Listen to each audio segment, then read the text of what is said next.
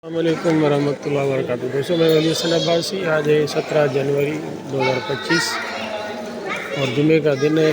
ये शाह बुल्की बताई रहमतुल्लाह अलैह का मज़ार, ये मेन गेट है जहाँ से लोग आ रहे हैं। और ये इस इनका मज़ार है लकड़ी के चबूतरे के अंदर। ये लकड़ी का बना हुआ है, इसके अंदर जो इनका मज़ार है। और ये है इनका मकबरा, देखिए।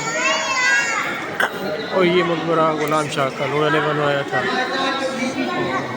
इसके ऊपर जो है वो सारा ये हालांकि काशीगरी का काम है। ये शाह नसीब बताई रहमतुल्लाह अलैह का मकबरा है। ये देखो,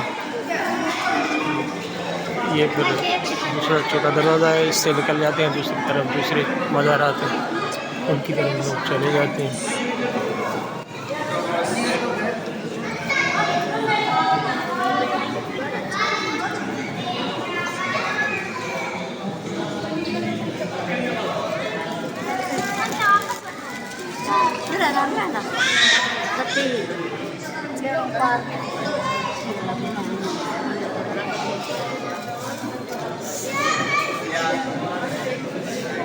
ये दो मज़ार आते हैं, एक शादियों की बताई रहमतुल्लाह अलैह का है, एक और मज़ार है के किसी